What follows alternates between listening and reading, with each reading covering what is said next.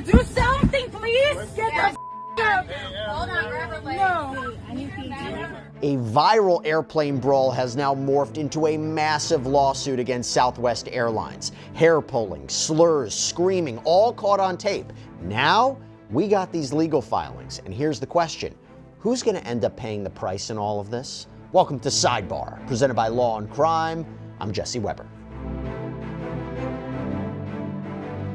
If you're scrolling through social media or you're reading articles, it feels like what? Every other day there is a fight that breaks out, either a physical fight, a verbal altercation, all happening at an airport or on an airplane, right? Don't you see this all the time?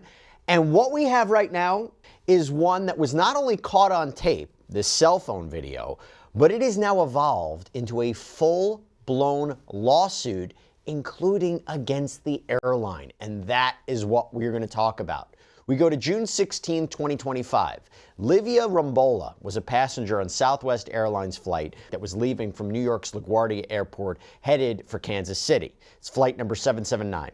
And that is when all hell breaks loose. In a cell phone video that captures the chaos of this moment, the video appears to show a woman, reportedly identified as Leanna Perry, verbally berating and pulling the hair of Rombola. And what ensues is disturbing. It is disgusting. We aren't even able to show you most of it because of YouTube's policies, but this cell phone video starts with Perry allegedly leaning over in the seat, either touching or attempting to touch Rombola. When you hear someone say don't touch her, Rombola then appears to push Perry's hand away. Perry then appears to slap Rombola, grabs her hair. It's at this point that Southwest staff and a passenger try to pull her off. This leads to Perry allegedly making a series of derogatory, even racist comments, profanity-laced comments, by the way, even making fun of Rombola's weight. I can't breathe, I can't breathe, I can't breathe, I can't breathe. I can't breathe. I can't breathe. I can't breathe. Okay. Let me go, I can't breathe. I can't breathe. Shut the up, I can't breathe. Yeah, you. You. You. Nobody's touching me. You. You're not letting me go, mother. You're corny as Now, they're able to restrain her, put her to the ground. They appear to zip tie her. She is seen on tape trying to kick Rombola multiple times. And eventually, Perry is put on a gurney and taken off the plane by first responders. It's insane. It's insane. There's no other way to look at it. And what precipitated all of this is not entirely clear, although in this lawsuit, there might be a little bit more of an explanation. And there has been an allegation, by the way, that Perry was intoxicated. So we're going to get into what the lawsuit says. We're going to get into this because there's two things. While we might not know exactly what started all this, there are two things that are clear. One is that Perry is facing criminal charges. Yeah, resisting arrest, obstructing governmental administration, disorderly conduct, 3 counts of harassment, and 3 counts of attempted assault. She pleaded not guilty. She's expected back in court on September 3rd. And 2, she and Southwest Airlines are being sued by Rombola. And the question you now have to ask is this just a slam dunk case? Is this a huge problem for the airline? Let's talk about it. So first, I'm going to go through the main parts of the lawsuit, what she's suing for, and we're going to go through all of this right now with an expert. I'm bringing on attorney Eric Faddis, who's not only a former prosecutor, but a personal injury lawyer and trial attorney. Eric, thank you so much for coming on. Let's first start off, because we're going to go piece by piece into this lawsuit. First, what do you think about the criminal charges? And 2, how does a criminal case affect the civil case? Sure, Jesse. So, yeah, things are getting pretty spicy on Southwest, it seems like. When looking at the criminal charges, those seem pretty darn solid. You got it on video. The assailant is being hostile. She's being physical. She's being verbally threatening. And then there is an altercation that she initiates that ensues. So, that part seems pretty well established. It's going to be hard to defend against those charges on the criminal side. And oftentimes, Jesse, there is an overlap between the criminal law and the civil law. Here, the plaintiff has brought allegations in the civil realm, not only against the assailant, as you mentioned, but also against the airline. The airline is, of course, not implicated on the criminal side, but they come into play on the civil side. Hey, real quick, I want to give a shout out to Morgan & Morgan for sponsoring today's Law and Crime YouTube takeover. Now, Morgan & Morgan is a firm with over 1,000 attorneys. You know why they're so big? You know why they have so many? Because they win a lot. They have recovered over $25 billion from more than 500,000 clients. Think about that. In the past few months, a client in Florida received $12 million after the insurance company offered just $350,000. Out in Pennsylvania, a client was awarded $26 million. That is 40 times the insurer's $650,000 offer. Another client in Pennsylvania received $29 million after being offered only $500,000. And even if you think your case isn't worth millions of dollars, why not just start a claim and fight for what you deserve? Morgan & Morgan makes it so simple. You can start a claim from your phone in just 8 clicks. So if you're injured, you can easily start a claim at forthepeople.com/YouTube takeover by clicking the link below or scanning the QR code on screen. And you might have a guilty verdict. Let me put it this way. We have seen cases before where somebody's found not guilty, but they have been found liable civilly, right? If she's found guilty or pleads guilty in the criminal case, does that automatically mean she's liable in the civil case? And again, we're going to go through what it is. And 2, can evidence from the criminal case be used in the civil case? So I've thrown a lot at you, but I'm just trying to understand the connections.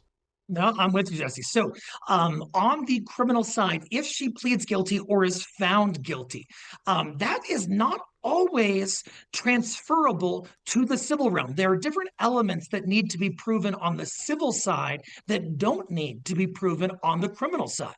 And so, simply a conviction on the criminal side does not make it a slam dunk on the civil side. But the evidence is going to overlap significantly. There is video evidence, witness testimony, photographs, I'm sure. All of that is going to come into play in both cases. Okay, so let's talk about this complaint. Okay, so this was filed in New York State Court. It is against both Southwest Airlines and Perry. And Rombola argues that Southwest, hey, you know what? This was your plane. You were, quote, under a duty to own, operate, manage, maintain, control, supervise, and inspect the aforesaid aircraft and flight operation. Keep that in mind. Here's what it says. That on or about June 16, 2025, the plaintiff, Livia Rombola, was a lawful passenger on the aircraft in the flight number 779, operated by co-defendant Southwest, departing from LaGuardia to Kansas City. That while on board of the aforesaid aircraft preparing to depart from LaGuardia Airport, plaintiff was violently assaulted and battered by co-defendant Leanna Perry. They're 2 different things, assault and battery. We'll get to that. Including physical assault, battery, spitting, use of profanities and slurs, and required restraint by flight staff employing zip ties. The aforesaid assault, battery, and verbal abuse directed at the plaintiff by defendant Leanna Perry was captured by video recording and disseminated to the public at large via social media and other media platforms to the extreme embarrassment and ridicule of the plaintiff herein. Okay, Eric, what stands out to you about that paragraph? Is it just setting up the stage here before they go into the specifics of what the causes of action are? Yes, Jesse. So this sort of lays the foundation for the civil lawsuit, the requirements of Southwest, the alleged misconduct of defendant Perry. And on top of that, one thing that stands out is the damages piece. So the plaintiff has to prove that she was harmed by this. Can we talk about that? That was the next thing I was going to talk about. Let's talk about that. What is the harm? What is the injury? This is what it says. The plaintiff has sustained severe emotional distress, public humiliation, reputational harm, and continuing psychological injury aggravated and prolonged by the viral dissemination of the incident through global media and social networks. The plaintiff, Livia Rombola, was caused to sustain serious, severe, and painful personal injuries, some of which are permanent and lasting in their nature, was caused to suffer great pain and anguish, and may in the future continue to so suffer, and has been damaged in a sum that exceeds the jurisdictional limits of all other courts of the state of New York, which is why I guess it's not in a lower court, but in this court. Eric, okay, talk about it. What is that harm, and how do you prove all that? So that harm we're talking about, Jesse, in the law is referred to as damages. So what were the losses sustained by this plaintiff? You know, if this case happened 20 years ago, it would be a totally different case. With the emergence of social media, with viral videos, that changes the game entirely. You know, 20 years ago, her harm would have been, I was embarrassed in front of these 50 people on the plane. Now her harm is potentially, I was embarrassed in front of millions throughout the country, throughout the world. And so it really ups the ante in terms of the damages she's claiming and what she might be able to prove. And let me ask you, because the video is pretty horrifying, right? You have Perry, who's allegedly holding onto her hair, holding onto Rombola's hair, calling her names, right? Calling her fat, allegedly attacking her. I haven't seen what the comments were on any of these videos that went viral, but does an attorney go through the record, look at all those comments that may have actually been targeted against Rombola in some way? Not sure they exist. Maybe they don't. Maybe they're all aimed at Perry. Maybe they're not. But how do you prove that you have suffered humiliation? Is it the video itself? Is it her taking the stand? Is it a mental health expert? Is it looking at comments online? How do you prove it? So the video itself is critical, without question. I think it would be prudent for the plaintiff to get a mental health evaluation to detail exactly how this humiliation has affected her. On top of that, Jesse, absolutely. You look at these social media comments, I'd be going through those with a fine-tooth comb. Anything that is disparaging of my client, the plaintiff, if I was representing her, that is going to be a primary exhibit in this case. And I imagine they're going to be able to find numerous such comments. You put that in front of a jury and say, hey, these 30 strangers are talking mess about my clients, about her physical body, about the incident itself. How humiliating. And that is compensable under the law. The amount for which it's compensable will be debated by the jury. And okay, so real quick before we move forward, how much could she be looking at? Or you know what? Tell you what. I'm going to save that question. Let me save that question for the end, because I don't think when you're looking at deep pockets, you're looking at Perry so much. I mean, I don't really know her financial situation. Looking at Southwest. Let's put it to the side. Put that question to the side. Okay, let's get into what she's suing for, the causes of action and the claims. So the first cause of action, this one's against Southwest Airlines, and it's that the airline and its, quote, employees, agents, and staff failed to act in a timely manner or prevent what was foreseeable misconduct, that they should have denied Perry from coming on board because she was, quote, visibly impaired and intoxicated. The argument is that this is negligence under New York tort law, duty, breach of that duty, causation, harm, and that Southwest violated FAA regulation, safety standards, federal law, that by its failure, it resulted in Perry allegedly carrying out this attack. Eric, okay, have they met at this point, without looking at any evidence or discovery, have they met the elements of negligence here on the part of Southwest? Let's start with this cause of action. I think the plaintiff has a darn good shot. What we're talking about here is essentially that an airline carrier knows it's going to have all of these people on its plane. It's got to create a reasonably safe environment. And we've all been to the airport and have seen intoxicated people. Sometimes we've seen those folks not being allowed to board planes. Look, the Southwest likely has a duty, a legal duty, to make sure that that is a safe plane and that there is no one on there who is foreseeably going to cause some kind of assault and battery and huge altercation like this. Plaintiff is saying Southwest failed to screen those folks and to screen Perry and to remove her or not let her board the plane. So I think plaintiff's in a pretty good position on that one. Couldn't Southwest say, hey, listen, where is the policy that we stop serving alcohol on planes, or we don't allow intoxicated people on the planes? She may have been loud, right? She may be intoxicated. People fly. They need to sometimes drink to calm their nerves. Could we predict? Was it foreseeable that she was going to grab someone's hair and call, another individual a racist name and, do all this stuff? I mean, allegedly call someone these names. I mean, maybe, maybe not. I mean, is that if Southwest wants to fight it, are they going to say, is it foreseeable? Southwest is going to argue, hey, look, we have all of these flights on a daily basis, dozens and dozens and dozens throughout the world. We're going to do our best here. But if a person gets on that plane and, they've had a few drinks, that's not some kind of absolute bar to air travel. And I think Southwest is going to say, hey, we did our best. We didn't see any overt signs during boarding, in observing this passenger as she got onto the plane. And so what else were we supposed to do? We didn't know she was going to freak out and attack somebody. That'll be Southwest's argument.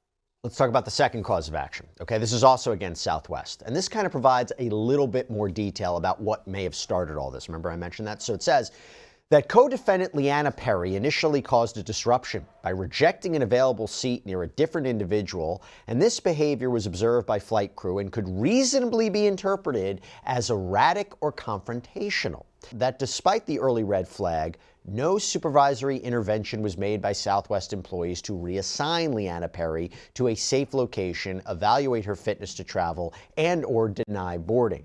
Instead, Leanna Perry proceeded through the cabin and ultimately chose to sit near the plaintiff, where she then initiated a violent and unprovoked confrontation involving physical assault, battery, spitting, and the use of slurs. And the argument is that Southwest should have tried to mitigate this. They had a duty to act before the fight broke out, to monitor passenger misconduct, and the way that they are holding Southwest liable, and the way they're holding Southwest liable is interesting too. That defendant, Southwest, flight crew, who are Southwest agents' employees, directly contributed to the plaintiff's damages, and thus the airline is vicariously liable under the respondeat superior doctrine. Eric, that doctrine is a way that you say, okay, a company is responsible for the actions or inactions of its employees for what they do within the scope of their employment, right? I mean, would that fit here? What do you make of this argument that, hey, she was showing red signs, she was throwing red flags,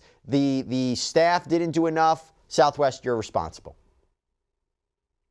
Certainly vicarious liability is going to come into play. Like you said, Jesse, that is where the airline, in this case, is responsible for the actions of its employees. Really, the rationale behind that is when this happens, you can't just sue the employees. They're not going to have enough money to compensate these types of damages. It's really the employer who is ultimately responsible for the conduct of their staff. But this argument, Jesse, I think is a little shaky. Just the fact that she wanted to switch seats in the beginning and Southwest didn't intervene in that moment.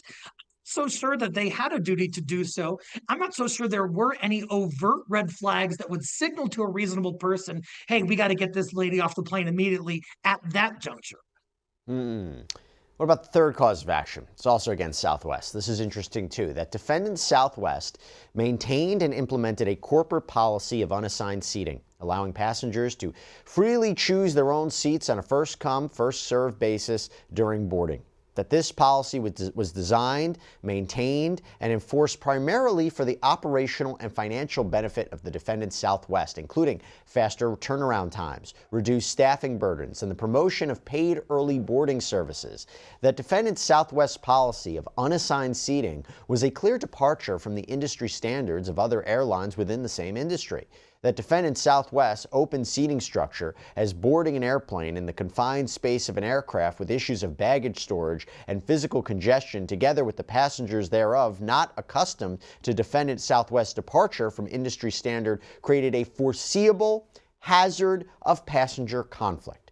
That defendant Southwest's lack of proactive seat assignment directly contributed to the confrontation.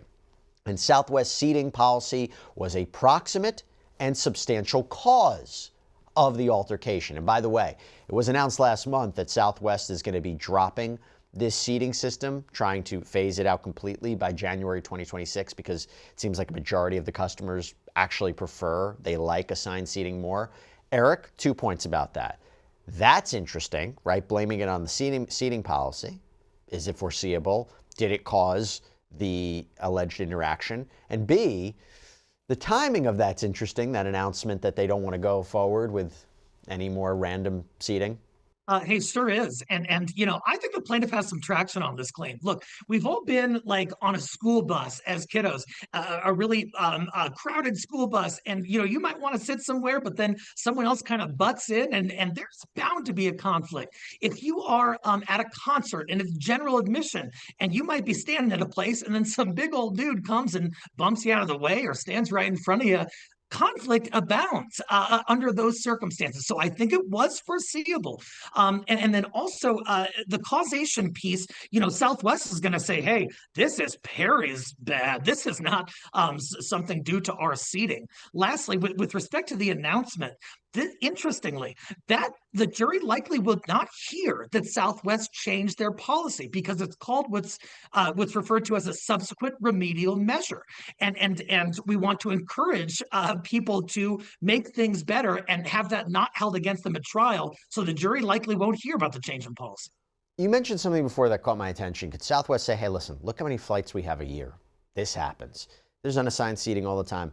Look at buses, look at subways. There's no assigned seating there. So how are we supposed to know that unassigned seating is going to be the catalyst for a massive fight and tirade? Fair? And by the way, I'm not defending Southwest. I'm just trying to come up with other arguments that they might come up with.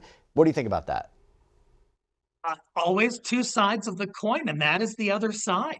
Southwest is going to say exactly that hey, we provide services to our patrons at a lower cost than other airlines, and one way we're able to do that is by this seating arrangement where you pick your own seat. That in and of itself, Southwest will claim, is not what gave rise to this conflict. What gave rise to the conflict was some ornery, hostile passenger who acted erratically and freaked out. And she is the one who should be responsible, not Southwest. I think that's the horse they're going to ride. Okay, so let's talk about Leanna Perry because she's also being sued. The next cause of action is against her, not Southwest. It is for assault, that she, quote, engaged in a course of conduct that was an intentional act which resulted in the apprehension of immediate physical contact with the plaintiff. The fifth cause of action is also against Perry. That is for battery, so that's different. That she engaged in a course of conduct that was an intentional act, unauthorized physical contact with the plaintiff. So two different things there, assault and battery, right? There is a slight difference there. How strong is it when you think about what you've seen? I guess the counter argument could be, and tell me if I'm entirely wrong, you remember in the video, there is a moment where it appears Rombola grabs or pushes away Perry's hand, right? Allegedly knocks the hand away with the phone, and that is when Perry allegedly attacks.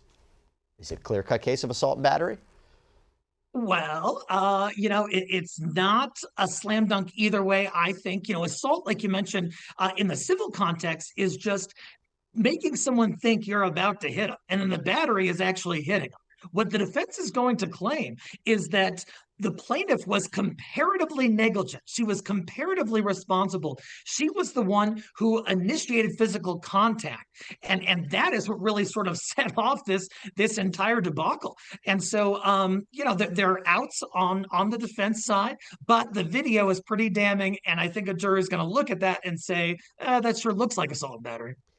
Let's talk about the sixth cause of action. So this is against Southwest and Perry. And basically, it argues that as a consequence of this wrongful conduct, this whole episode, and this is what we talked about before, this whole episode was recorded, it was publicized for everyone to see, that in and of itself resulted in emotional injury. Quote, that the repeated exposure to online videos, headlines, commentary, and social ridicule re-traumatizes plaintiff and prolonged her recovery, including invasion of privacy, involuntary exposure, reputational harm, professional embarrassment, and social stigma.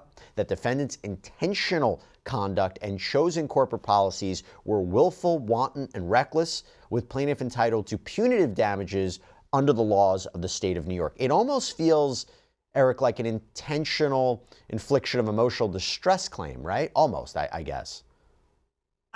That's how I see it, certainly tantamount to that. And look, like I said, with the emergence of social media, if an incident like this happens, it's not 50 people on the plane who see it. It could be millions across the country. So that increases the damages for the plaintiff.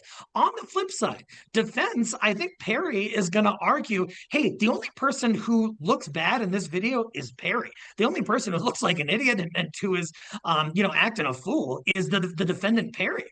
And so she is the one who's going to be humiliated or ridiculed, not this unsuspecting victim who was just sitting in her seat. And what that means is the unsuspecting victim might be more difficult for her to prove her damages because she doesn't look, horribly out of line in any sense. And so that would not result in such ridicule, at least the defense is going to argue that. Now, we don't believe that Southwest has filed an answer as of yet. Maybe not surprising, right? Too soon. They haven't responded. I don't think I've even seen them make a public comment at the time of this recording. Maybe you have, but is it just too soon? Like, you wouldn't expect that? Exactly. As the court deadlines go, they're going to give Southwest some time to review all of this, to do some very preliminary investigation, and to respond to the legal claims that are contained within this complaint. Not uncommon at all. In fact, very standard for Southwest to have, a thoughtful, contemplative response to this. Or is their response going to be a settlement offer to make it go away? That's possible too. Do you think they're going to settle this, Southwest? And if so, what does that say? I think that Southwest is incentivized to settle this. The more momentum this gains, the more it is in the public consciousness, the higher the plaintiff's damages for humiliation could be. And so Southwest would be well advised to say, hey, we'll throw some money at this, and we've changed our policy. This isn't going to happen again. Let's just kind of sweep this under the rug and be done with it and move on. I think Southwest counsel should consider that. Okay, because now I want to ask, what could they be looking at in terms of damages, right? Let's go back to that question. And then, by the way, Leanna Perry actually filed an answer. I'll get to that real quick. But what could Rombola be looking at in terms of potentially receiving in damages, either if a successful lawsuit or at a settlement? I think the plaintiff is at least in the neighborhood, potentially, of seven figures here. And the reason I say that is because there have been hundreds of thousands of views, perhaps in the millions at this point. I'm not sure, but it could get there. This is of a very personal incident, an attack, where an individual is victimized in public in front of people. She is having slurs and toxic language and insults hurled at her about her body and other embarrassing matters. And I think that she is going to press this hard. We could be looking at something in the seven figures. Wow. Okay, so Perry filed an answer, okay? And this is what it says. Defendant Leanna Perry, appearing pro se without an attorney, answers the verified complaint as follows. Okay, Eric, before we go any further, pro se, no attorney? So that's shocking. Yikes. Yeah, that is always perilous for anybody in the civil realm. Look, that complaint, I read through it. It is professional, it is polished, and it is not something a layperson is prepared to respond to. Well, let's hear what her response was. Quote, general denial. Defendant denies each and every allegation contained in the complaint except as may be expressly admitted herein. 2. Specific denials. Defendant denies that she assaulted, battered, or otherwise harmed plaintiff and denies that plaintiff suffered the damages alleged as a result of defendant's conduct. Affirmative defenses. The complaint fails to state a cause of action upon which relief may be granted. Any alleged injuries or damages were caused in whole or in part by other parties, including co-defendant Southwest Airlines.